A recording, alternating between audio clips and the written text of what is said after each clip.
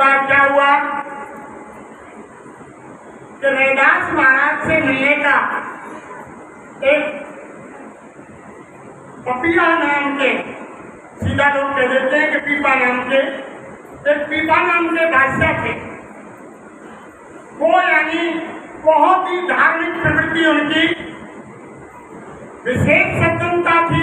राजा होते हुए भी धर्म में बहुत आस्था रखते थे। वो मिलना चाहते थे रैदास महाराज से, लेकिन वो जाति के कारण कि मैं यानी क्षत्रिय हूँ, मैं राजा हूँ और वो जाति के जातक है, मैं उनसे कैसे मिलूं। तो एक समय क्या हुआ प्रेमियों, अंदर में लालसा लगी हुई थी। रैदास महाराज समझते थे कि बादशाह मुझसे मिलना चाहता है राजा, लेकिन जाति के अपमान के वक्त नहीं आ रहा है। तो एक बार क्या हुआ कि सोमों की अमावस्या का पर्व पड़ा, सारा शहर गंगा स्नान के लिए चला गया, शहर के अंदर कोई नहीं था। राजा देश बदल के प्रेमियों और रैदास महाराज के पास आ गए। रैदास महाराज जान गए कि राजा मेरे पास जनता कोई देख नहीं ले, ये राजा बादशाह यानी जाति के समाज के पास रैदास के पास जा रहा है। तो भेष बदल के रैदास महाराज के पास पहुंचे। रैदास महाराज उस समय जुटी बैठ रहे थे प्रेमियों।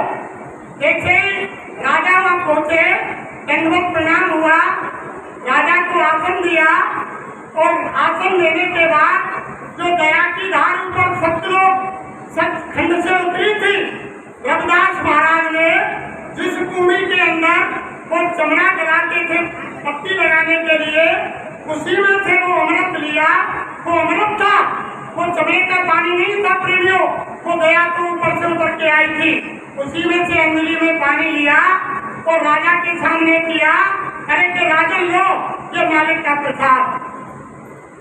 अब राजा ने ये महात्मा का दिया हुआ प्रसाद है, ले तो लिया प्रेमियों, लेकिन अब कहा कि इसको पीऊं कैसे, मेरा तो धर्म ही नष्ट हो जाएगा।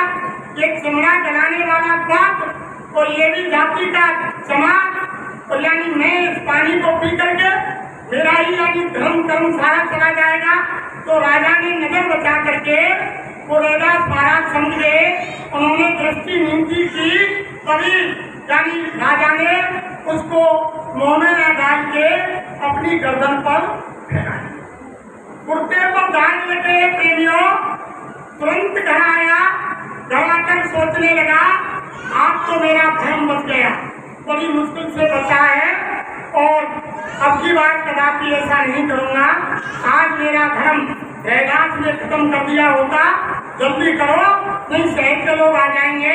कपड़े उतारे और कपड़ों को तुरंत सिपाही को ले जा करके धोबी के पास भेजा। उस समय धोबी कहीं अपनी रिश्तेदारी में जा रहा था।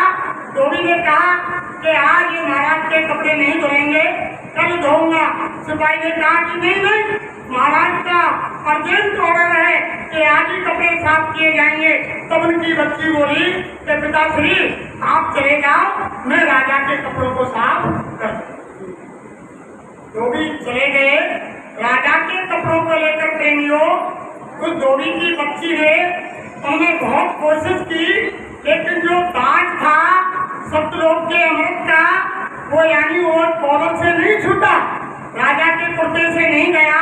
तो उन्होंने दांत लगा करके यानी धोबी की लड़की ने दांत से फुर्सा चूसा, तो एक बूंद रस उस अमृत का उस बच्ची के अंदर गया और उसकी तीसरी आंख खुल गई।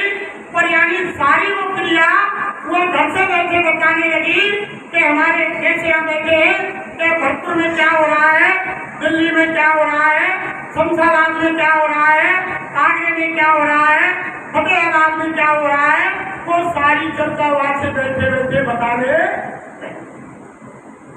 जब बताने लगी प्रेमियों, जोरदारी से प्रचार हो गया। तो राजा ने कहा, अरे उस बच्ची को ये ताकत इतनी शक्ति कहां से आई। राजा दौड़ करके धोबी के घर आए और आकर के यानी जैसे ही वहां पहुंचे तो धोबी की लड़की ने राजा का पैर छुआ और कहा, धन हो राजन, तुमने मेरी जिंदगी सुधार दी। तब राजा ने पूछा, अरे बच्ची क्या कह रही हो, ये ज्ञान तुमको कहां से मिला कि महाराज ये ज्ञान मुझको आपकी दया से मिला। कि मेरी दया से? कि मेरी कैसी दया?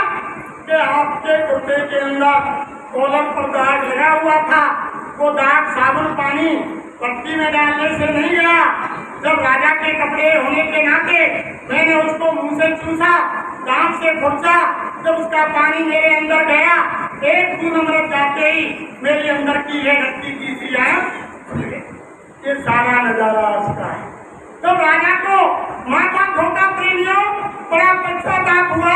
पश्चाताप होने के बाद दौड़ करके फिर राजा और रैदास महाराज के पास गए और जाकर के चरणों में गिर गए और माफी मांगी। हे सदगुरु दाता दयालु, मुझसे भूल हो गई। मैंने तो इसको यानी चमड़ा जलाने वाली कुंडी का पानी समझा था, मैंने ये नहीं समझा कि सतलोक का अमृत। हे सदगुरु दयालु, तुम मुझ पर दया करो और ये दया मुझ पर दोबारा कर दो। रैदास महाराज ने कहा कि महाराज ये तो दया की धार कट गई, दया तो आप पर हुई थी लेकिन दया को ठुकरा दिया। अगर आप दोबारा दया लेना चाहते हैं तो आपको बड़ी मेहनत करनी पड़ेगी। अब तो आपको मेहनत करनी पड़ेगी। जब आपके अंदर में यानी महात्माओं से मिलने की यानी प्रेम थी, तड़प थी, आपके अंदर जिज्ञासा थी कि मैं महात्मा के दर्शन करूं, तब तो दया सीधी सतलोक से उतरी। लेकिन अब दया तुमने ठुकरा दी तो राजन इसको मेहनत आपको करनी। चलो बैठो, मैं आपको सत्संग सुनाता हूँ और सत्संग सुनाने के बाद आपको वो नाम की दौलत बख्शीश करता हूँ। घर में बैठ करके यानी सुमरन ध्यान भजन करना। जब आपकी ये दिव्य दृष्टि और तीसरी आंख खुले, जब वो दया बने। तो धर्म प्रेमियों, ये महात्मा तो दया देना चाहते हैं और इनकी दया बराबर आ रही है, लेकिन हमारा पात्र गंदा होने के कारण वो दया लौट जाती है, वो काम नहीं करती है प्रेमियों।